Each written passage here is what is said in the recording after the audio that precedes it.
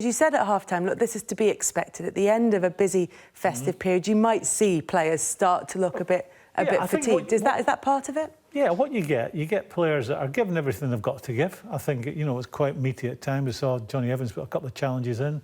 Gade put his foot in a couple of times. The young midfield player, Chowdhury, putting his foot in. Yeah, they're up for it, but they're a yard short. And then when you're a yard short all across the park, the place that really suffers is that creativity in the last third.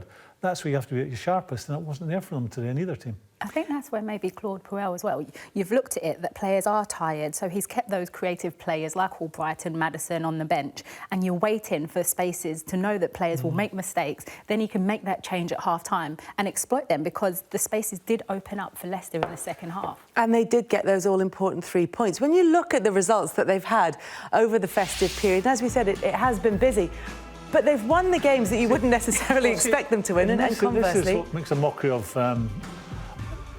trying to make predictions in our league. You know, we put these graphics up all the time and we're asked to comment, well, these games coming up, how many are going to win? That tells you how difficult our job is. You know, you look at the ones who've lost and the ones who've won, you just would never have picked them. And that's what's so great about the Premier League. You're just so unpredictable. And still talking about a manager that potentially everyone's saying he's under pressure and could get the sack when you look at those results. Well, that's what I was going to say. Is there a pattern to those results? Is there a pattern to the performances within those results that you can see where Claude Puel is going with this side?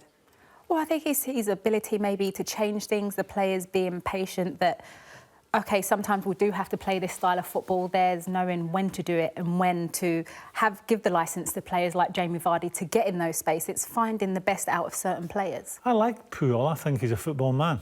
I think he's, you know, a common sense football man, and there's not enough of them around, in my opinion, today. You know, there's so much waffle and toffee attached to a lot of it today, and I think he knows what he's doing.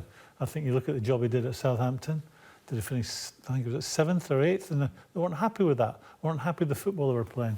Well, I bet they wish, you know, they were going to finish 7th or 8th this year. I think he knows what he's doing. I think Leicester should be happy they've got him.